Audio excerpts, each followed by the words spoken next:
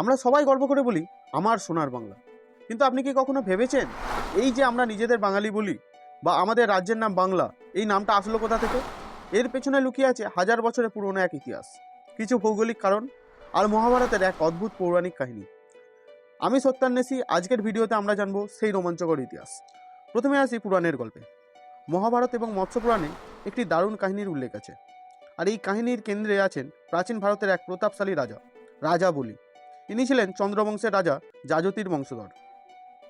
রাজা বলি অত্যন্ত ধার্মিক ছিলেন, কিন্তু তার কোনো সন্তান ছিল না। বংশ রক্ষার জন্য তিনি সেই সময়ে বিখ্যাত ঋষি দীর্ঘতমার শরণাপন্ন হন।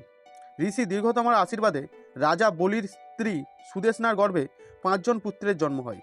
এই 5 পুত্রের নাম রাখা হয় অঙ্গ, বঙ্গ, কলিঙ্গ, পুণ্ড্র, সূক্ষ্ম। রাজা বলি তার রাজত্ব এই 5 ছেলের মধ্যে ভাগ করে দেন। ঠিক এই কারণেই রাজা বলির দ্বিতীয় পুত্র বঙ্গ যে অঞ্চলটির শাসনভার পান তার নাম হয়ে যায় বঙ্গদেশ বা বঙ্গ। এটাই হলো বাংলা নামের পৌরাণিক জন্মকথা। তবে পুরাণের বাইরে ইতিহাস কি বলছে?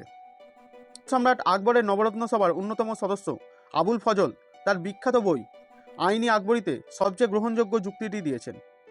তিনি বলেন এই অঞ্চলের আদি নাম ছিল বঙ্গ, কিন্তু এই অঞ্চলটি ছিল নদীমাতৃক ও নিচু। প্রাচীনকালে এখানকার মানুষ বন্যার জল আটকাতে জমির চারপাশে চওড়া বাঁধ দিত, যাকে স্থানীয় ভাষায় বলা হতো আল। আবুল ফজলের মতে প্রাচীন বঙ্গ নামের সাথে এই আল শব্দটি যুক্ত হয়ে নাম হয় বাঙ্গাল। কালের বিবর্তনে বাঙ্গাল থেকেই আজকের বাংলা এবং ইংরেজিতে বেঙ্গল। আপনার কাছে কোন যুক্তিটি বেশি বিশ্বাসযোগ্য মনে হয়? পৌরাণিক সেই রাজার গল্প, নাকি আবুল ফজলের বঙ্গযুক্ত আল তত্ত্ব? কমেন্টে অবশ্যই জানান। ভিডিওটি ভালো লাগলে লাইক দিন এবং সাবস্ক্রাইব করুন। দেখা হচ্ছে পরের ভিডিওতে।